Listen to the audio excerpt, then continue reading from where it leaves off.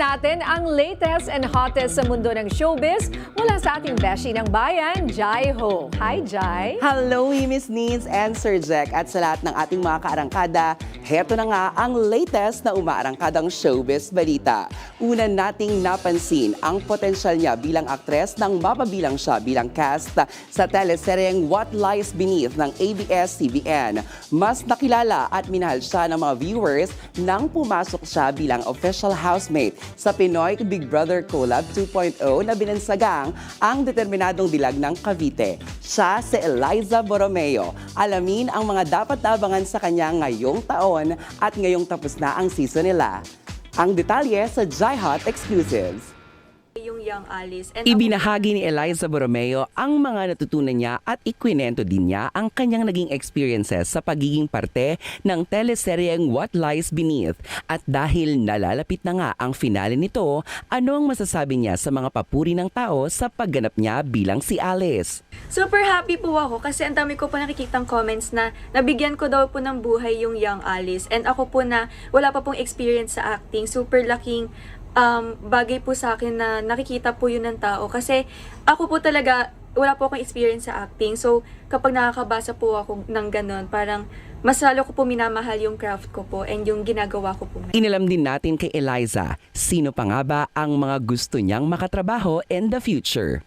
Ano po, si Ate Maha Salvador po, kapag yung mga bida kontra bida na kind of series. Tapos, gusto ko rin po makasama sila Ate Bel po, sila Kuya Donnie. Madami din ang nagsiship sa nabuong tambalan nila ng kapwa housemate niya na si Miguel Vergara.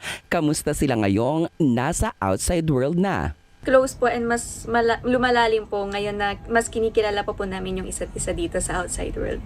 Ano naman kaya ang mga napag-uusapan nila at ang mga dream projects nila together? Opo, sana po kasi gusto ko rin po na makatrabaho po si Megan ng mas matagal po kasi sa What Lies Beneath po parang 2 taping days ko lang po siya nakasama. Nagbigay komento din ang determinadong dilag ng Cavite na si Eliza patungkol sa mga bashing na natatanggap nilang mga housemates. Ngayon, gusto ko pong magpasalamat po sa kanila kasi kung hindi rin naman po dahil sa mga na sinasabi po nila or nababasa ko, hindi rin po ako mag-grow as a person. Sa lahat po na sumuporta po at nagmamahal pa rin po sa akin hanggang ngayon, super na-appreciate ko po and nakikita ko po kayong lahat and happy po ako na kayo po yung dahilan kung bakit nandito po ako ngayon and kung bakit patuloy pa po ako lumalaban. At yun na muna ang latest sa mundo ng showbiz. Ako nga po ang resident kaarangkada ninyo pagdating sa mga hottest and exclusive ganap sa mga paborito nyong artista.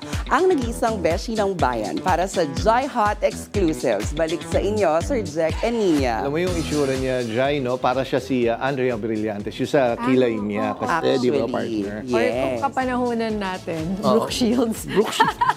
Sorry. Sino yun? Oo, ganda-ganda ni Brooke Shields, ha? Hindi ko yata nabutan yung partner. Ganon? Joke lang. Oo naman, Brooke Shields, pagdating sa kilay. Oo, or Ann Curtis. Yeah, Diba? oo. Maraming salamat, Jai. Thank you po.